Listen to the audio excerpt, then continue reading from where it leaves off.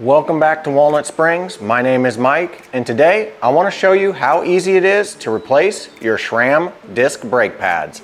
Let's get to it. The tools that you're going to need to do this job are a 2mm Allen key, a pair of pliers, a brake separator or a flathead screwdriver will work just fine, a set of calipers, which is optional to test whether or not the wear on your brake pads is far enough down, and then definitely going to need some alcohol to clean off both the caliper and the rotor itself. Now with the wheel off, this makes this job a little bit easier because you'll have more access to the brake caliper. Now the first thing you're going to want to do before removing this bolt so you can get your pads out is to remove this little retaining clip. And you can take your pliers and it just pulls right up real easily. So go ahead and take your 2mm Allen key and put it in the little end of the bolt here. And it should be fairly easy to undo.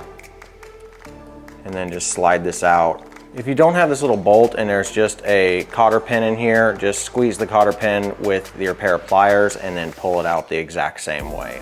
Now that we've got the bolt out and the retaining clip off, we're ready to go ahead and pull the brakes out. You can use a pair of pliers, but these generally will just come out real easy by hand. And as you can see with the brakes, they come out as a pair and they've got this little metal retaining clip on the inside. Now let's go ahead and check to see how much wear is left on these, and we'll also check the brake rotor while we're at it too. With the caliper, you can test to see exactly where your pads are and if they need to be replaced. General rule is if they are under 3mm, you need to replace them. These are getting pretty close and it seems like it's about time to go ahead and replace them. The other part that you can test with your caliper is your brake rotor. And whenever this gets to 1.5 or less, it's time to replace it. This one is sitting at 1.74, so it's got plenty of life left on it. Now that we've checked the pads and we know we need to replace them, let's go ahead and put them temporarily back into the caliper. Now we need to push the pistons back in. They do make a tool specifically for doing this, a little plastic shim that will help you spread the caliper pistons back into the full open position. Really, honestly, you don't have to have that. If you're replacing the pads, you can just put the pads back in there. You can just use a simple flathead screwdriver to push the pistons back in with the help of the old pads. So let's go ahead and do that now. All right, with the old pads back in, we can carefully take our screwdriver and place it between the two pads and then just kind of lightly rock it back and forth. You'll see the pads start to separate. It doesn't take much pressure to push these pistons back in, so don't put a lot of pressure on this. And there we go, we've got our pistons pushed back in. We can go ahead and remove the brake pads. Now before installing your brake pads, I do recommend that you clean off the caliper really well and the rotors with some isopropyl alcohol. This is a real simple step that can save you a lot of headaches down the road, preventing contamination from getting on your rotors and from getting on your pads when installing them. This is just a real easy step. With just a rag and some alcohol, you can clean this off really well. If you have a spray bottle to put the alcohol in, it makes it a little bit easier to spread it around. But just pouring it on a clean towel will also do the trick. And if you've had a lot of noise coming out of your brakes, this step right here can be done at any time, and it can potentially help with some of the squealing and squeaking that you may be getting from your brake pads. And the same process goes for your brake rotor. This is very important when installing new pads because you want to get off any of the old contaminants that may be on here. Okay, now that we've got the caliper all completely cleaned and the pistons pushed back in, we're ready to install some brand new brake pads. The first thing you're going to want to do is put on this little metal clip, and the pads will just basically sit right down in there, and then you should be able to squeeze them together.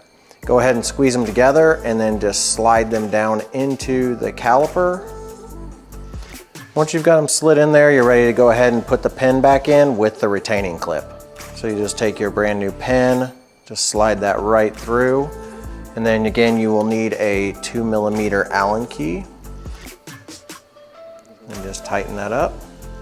And you just need to get that nice and snug. It doesn't have to be torqued down. Then on this end you'll take your little retaining clip and just clip that right down into the grooves. Now we're ready to put the wheel back on and make sure the pads aren't rubbing and see if there's any other adjustments that we need to do. Now once you've got your wheel on here, you can go ahead and spin it just to see if you have any rubbing. And this one, we do have quite a bit of rubbing, so we'll just need to squeeze the brake lever a couple of times and see if that corrects it. Go ahead and squeeze the brake a few times. That will kind of reset the pistons in the proper position, and then try to spin your wheel again. Definitely a lot better. We can still do a little bit of adjustment. With the next adjustment, what we can do is we can loosen these bolts right here and try to recenter the caliper. This is real easy. All you're gonna need is a 5mm Allen key. You just need them to be slightly loose. Now what you wanna do is squeeze the brake lever nice and tight and hold it, and that will center this caliper onto the disc. And you can go ahead and tighten these bolts back down while you're still squeezing that brake lever. Just make sure you maintain hold of the brake lever the whole time that you're doing this. Once you've got them tightened down, just go ahead and let go of the brake lever, and that should recenter the caliper. And it does look like we're touching a little bit on this far side, so what we can do is we can get a small piece of paper or a business card. Works really, really well during this process. Okay, now looking down at the rotor and the caliper, I wanted to try to show you guys this little trick. You can take a piece of cardstock or a business card and you can slide it between the brake rotor and the brake pads. Okay, now that we've got that on this side, because this is the side that was touching, we can go ahead and squeeze our lever and then tighten this back down. Now that we got that tight, we can let go of the brake. We can pull out the paper and see if we have made this a little bit better. Oh yeah, that's a lot better. All right, now that you've got the brake pads installed and they seem to be running pretty smooth, you can go ahead and bed your brakes in and you'll be ready to ride. And there you go. That's how quick you can change out your SRAM disc brake pads. This process is pretty similar across SRAM and Shimano. So if you have either one, don't be afraid to jump into the different brands once you've learned how to do it on one. If you guys like this video, hit the like button and leave me a comment below. Let me know if you've ever done a disc pad replacement on your mountain bike or your road bike. And if you haven't already subscribed, go ahead and subscribe. It really helps out the channel.